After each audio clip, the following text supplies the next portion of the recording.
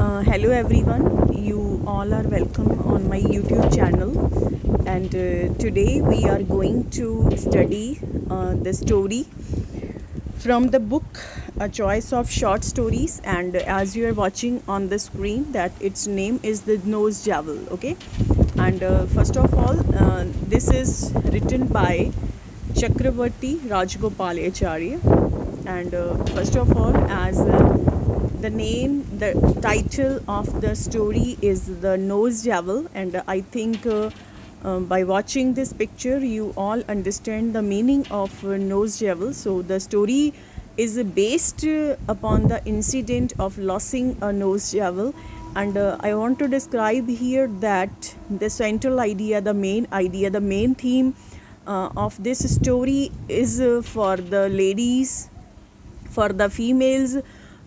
Those have to lose, those have to suffer if they disobey their husbands. ਅਗਰ ਆਪਣੇ husbands ਨੂੰ disobey ਕਰਦੀਆਂ ਨੇ ਹੈ ਨਾ, ਜਾਂ ਉਹਨਾਂ ਦਾ ਕਹਿਣਾ ਨਹੀਂ ਮੰਨਦੀਆਂ ਹੈਗੀਆਂ, ਤਾਂ actually this is the story describe about those women and ladies. So the prescription urging wives to implicitly obey their husband to avoid the risk of disharmony. तो कहते कि सानू अपने हसबैंड नू सानू अपने हसबैंड नू ओबे करना चाहिए. If we disobey our husband, अगर असी अपने हसबैंड की रिस्पैक्ट नहीं करांगे, डिसओबे करांगे, then we have to take the risk of disharmony. साडे नाल कोई ना कोई जिहड़ा हैगा बैड इंसीडेंट या सफरिंग्स जोड़ी करनियां सहनियां पैणियां. So the story starts from two sparrow, those who are living in the house of Ramaya. So the sparrow made a nest in nice spot in the roof of Ramaya's house, and the mother bird laid her eggs in it. ठीक है, ਤਾਂ ਰਮਾਇਆ ਦੇ house ਦੇ ਵਿੱਚ ਦੋ ਸਪੈਰੋਜ਼ ਨੇ ਜਿਨ੍ਹਾਂ ਦੇ ਬੱਚੇ ਨੇ. ਨੈਸਟ ਦੇ ਵਿੱਚ ਬਹੁਤ ਅੱਛੀ ਸਪੌਟ 'ਤੇ ਉਹਨਾਂ ਨੇ ਨੈਸਟ ਬਣਾਇਆ ਹੋਇਆ ਹੈਗਾ, and actually they are talking to each other. Okay, what they are talking, male sparrow asked, why the lady of this house always quarrel with her husband. कि लेडी है जो इस घर ਦੀ ਰਮਾਇਆ ਦੀ ਜੋ ਵਾਈਫ ਹੈ ਉਹ ਹਮੇਸ਼ਾ ਰਮਾਇਆ ਦੇ ਨਾਲ ਕਿਉਂ ਲੜਾਈ ਕਰਦੀ ਹੈਗੀ ਹੈ. ਤਾਂ female bird told, let's mind our business. Male sparrow asked, should we don't help the poor Brahman Ramaiya. ਤਾਂ ਜੋ ਫੀਮੇਲ ਸਪੈਰੋ ਹੈ, she is very egoistic bird. ਤਾਂ ਉਹ ਕਹਿੰਦੀ ਹੈ ਕਿ ਸਾਨੂੰ ਆਪਣੇ ਬਿਜ਼ਨਸ ਵੱਲ ਧਿਆਨ ਰੱਖਣਾ ਚਾਹੀਦਾ, ਸਾਨੂੰ ਆਪਣੇ ਕੰਮ ਵੱਲ ਖਿਆਲ ਹੋਣਾ ਚਾਹੀਦਾ ਹੈਗਾ. ਵਟ ਟੂ ਡੂ ਵਿਦ ਦੈਮ. ਤਾਂ ਮੇਲ ਸਪੈਰੋ ਚਾਹੁੰਦੇ ਨੇ ਕਿ ਤੁਹਾਨੂੰ ਨਹੀਂ ਲੱਗਦਾ ਕਿ ਵੀ ਸ਼ੁੱਡ ਹੈਲਪ ਦ ਬ੍ਰਾਹਮਣ, poor Brahman ਰਮਾਇਆ. So female sparrow told, see, the cat does not come near our nest, that is enough for us. ਤਾਂ ਕਹਿੰਦੇ ਸਿਰਫ ਇਸ ਮੇਲ ਸਪੈਰੋ ਨੂੰ ਫੀਮੇਲ ਸਪੈਰੋ ਬੋਲ ਰਹੀ ਹੈਗੀ ਹੈ ਕਿ ਸਿਰਫ ਆਪਣੇ ਇਸ ਕੰਮ ਵੱਲ ਧਿਆਨ ਰੱਖੋ ਕਿ ਕਿਤੇ ਕੈਟ ਆ ਕੇ ਸਾਡੇ ਬੱਚਿਆਂ ਨੂੰ ਕੋਈ ਡੇਂਜਰ ਨਾ ਕਰੇ. ਸੋ ਸਮਵੇਅਰ ਇਨ ਦਾ ਮੱਛੀ ਪਲੇ ਅ ਡਾਇਮੰਡ ਨੋਜ਼ ਜੈਵਲ. ਤਾਂ ਉਹ ਕਹਿੰਦੇ ਕਿ ਕਿਤੇ ਕੂੜੇ ਦੇ ਢੇਰ ਦੇ ਵਿੱਚ ਜਿਹੜਾ ਸੀਗਾ ਇੱਕ ਡਾਇਮੰਡ ਨੋਜ਼ ਜੈਵਲ ਜਿਹੜਾ ਸੀ ਉਹ ਪਿਆ ਹੋਇਆ ਸੀਗਾ. The male sparrow picked it up and came to the nest with shining stud in his beak and said to his wife, do you like this?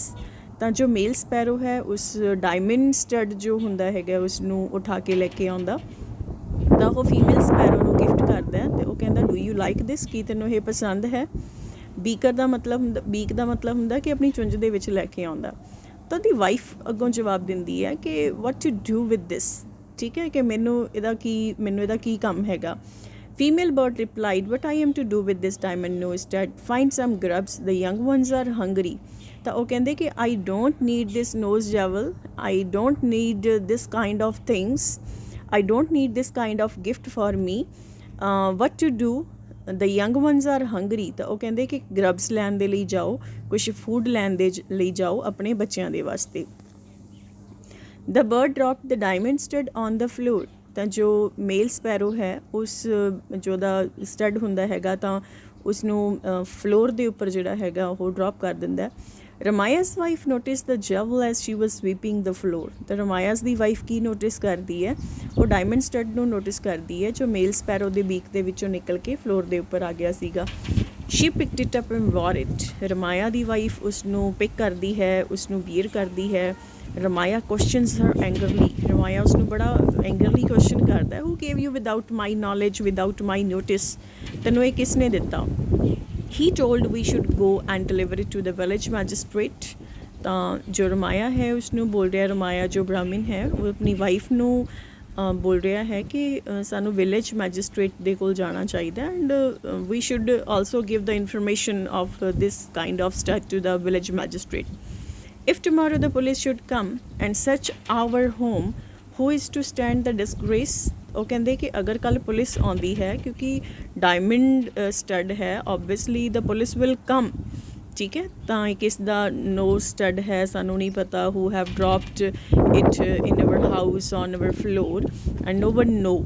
ਤਾਂ ਜੋ ਬ੍ਰਾਹਮਣ ਹੈ ਜੋ ਰਮਾਇਆ ਹੈ ਉਹ ਆਪਣੀ ਵਾਈਫ ਨੂੰ ਕਿਤੇ ਨਾ ਕਿਤੇ ਸੁਜੈਸਟ ਕਰਦਾ ਹੈ ਕਿ ਸਾਨੂੰ ਬਹੁਤ ਹੀ ਡਿਸਗ੍ਰੇਸ ਫੇਸ ਕਰਨੀ ਪਏਗੀ। We should go to the magistrate and we should also complaint against this, and we don't know who have just dropped this kind of stud in our house।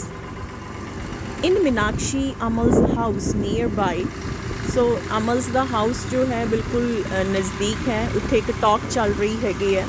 what type of talk is went there।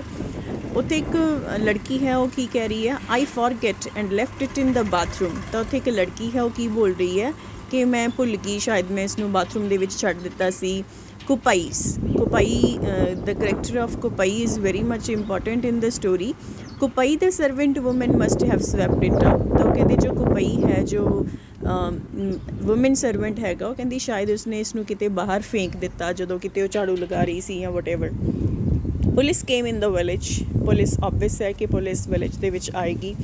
Everyone suspected the made servant ਕੁਪਾਈ। ਤਾਂ ਹਮੇਸ਼ਾ ਜਿਹੜਾ ਹੈਗਾ ਸ਼ੱਕ ਹੁੰਦਾ ਹੈਗਾ, ਜੋ ਸਾਡਾ suspicion ਹੁੰਦਾ ਹੈਗਾ ਉਹ ਕਿਸ ਦੇ ਉੱਪਰ ਹੁੰਦਾ ਹੈਗਾ, ਸਾਡੇ ਸਰਵੈਂਟਸ ਦੇ ਉੱਪਰ ਹੁੰਦਾ ਹੈਗਾ। So as usual Kupai was also suspected for the stolen of that diamond stud। Ramaya's heart was in a flutter। ਤਾਂ ਜੋ ਰਮਾਇਆ ਹੈਗਾ ਉਹਦਾ ਦਿਲ ਕਿਤੇ ਨਾ ਕਿਤੇ ਜਿਹੜਾ ਹੈਗਾ ਕੰਬਣਾ ਸ਼ੁਰੂ ਹੋ ਜਾਂਦਾ ਡਰ ਦੇ ਨਾਲ। Ramaya's wife put the stud away in her books। ਤਾਂ ਜੋ ਰਮਾਇਆ ਨੇ ਜੋ ਡਾਇਮੰਡ ਸਟੱਡ ਵੀਅਰ ਕੀਤਾ ਸੀ ਉਸਨੇ ਉਸਨੂੰ ਉਤਾਰ ਕੇ ਤਾਂ ਇੱਕ ਦੂਰ ਕਿਤੇ ਬਾਕਸ ਦੇ ਵਿੱਚ ਜਿਹੜਾ ਸੀਗਾ ਉਹ ਛਿਪਾ ਕੇ ਰੱਖ ਦਿੱਤਾ। She soon developed a severe fever and was confined to her bed। ਤਾਂ ਡਰ ਦੇ ਨਾਲ ਉਸਨੂੰ ਫੀਵਰ ਹੋ ਜਾਂਦਾ ਹੈਗਾ ਤਾਂ ਇੱਕ ਬੈੱਡ ਤੱਕ ਕਨਫਾਈਨਡ ਹੋ ਜਾਂਦੀ ਹੈਗੀ ਹੈ, ਉਹ ਇੱਕ ਬੈੱਡ ਰਿਡਨ ਹੋ ਜਾਂਦੀ ਹੈਗੀ ਹੈ because she feared that police will search our house and obviously if the police find the nose jowl in our house, obviously it will be very disgraceful act for us। and the he sparrow the meaning hai the male sparrow said, look at fun my dear, the lady of this house is scared and is down with the fever। ਤਾਂ ਕੀ ਕਹਿੰਦੇ ਆ ਕਿ ਜੋ ਇਸ lady ਹੈ ਜੋ ਇਸ house ਦੀ ਉਹ ਕਿੰਨੀ ਡਰੀ ਹੋਈ ਹੈਗੀ ਹੈ, ਡਰ ਦੇ ਨਾਲ ਉਸਨੂੰ ਕੀ ਹੋ ਗਿਆ, ਫੀਵਰ ਹੋ ਗਿਆ and she is confined to the bed. This is bound to happen. ਉਹ ਕਹਿੰਦੇ ਕਿ ਹਮੇਸ਼ਾ ਇਸ ਤਰ੍ਹਾਂ ਹੈਪਨ ਹੁੰਦਾ ਹੈਗਾ when woman disobey her husband. ਉਹ ਕਹਿੰਦੇ ਕਿ ਹਮੇਸ਼ਾ ਜੋ ਵੂਮਨਸ ਨੇ ਉਹਨਾਂ ਨੂੰ ਸਫਰ ਕਰਨਾ ਪੈਂਦਾ ਹੈਗਾ ਜਦੋਂ ਆਪਣੇ ਹਸਬੈਂਡ ਨੂੰ ਡਿਸਓਬੇ ਕਰਦੀਆਂ ਨੇ। Female sparrow told, I will never disobey you my dear husband. ਤਾਂ ਫੀਮੇਲ ਸਪੈਰੋ ਜੋ ਪਹਿਲਾਂ ਉਸਤੇ ਰੋਬ ਜਮਾ ਰਹੀ ਸੀਗੀ ਕਿ go to take grubs for our kids and what is our business, okay. And so that female sparrow told, I will never disobey my husband, come and let's go now and bring some worms for our young ones। and the two flew away। ਠੀਕ ਹੈ। ਤਾਂ ਜੋ female sparrow ਹੈ ਜੋ ਸਭ ਤੋਂ ਪਹਿਲਾਂ ਬੜਾ ਰੋਬ ਜਮਾ ਰਹੀ ਸੀ ਮੇਲ ਸਪੈਰੋ ਦੇ ਉੱਪਰ ਕਿ go to take some worms for our children, for our little ones। and in the last ਜੋ ਉਸਦਾ ਮਾਈਂਡ ਸੀ ਉਹ ਬਿਲਕੁਲ ਮੰਡ ਹੋ ਚੁੱਕਿਆ ਸੀਗਾ, ਠੀਕ ਹੈ। he obey her husband, ਠੀਕ ਹੈ। ਤਾਂ ਫਿਰ ਉਹ ਕਹਿੰਦੇ ਕਿ let's go to take some worms, let's go to take some food for our young ones, for our children, those who are in the nest। so I think everyone have understand the message given by this story। and if you like this video and if you want to give me some suggestion, give me through the comment। and don't forget to subscribe and like my YouTube channel। Thank you so much, have a good nice day, good day.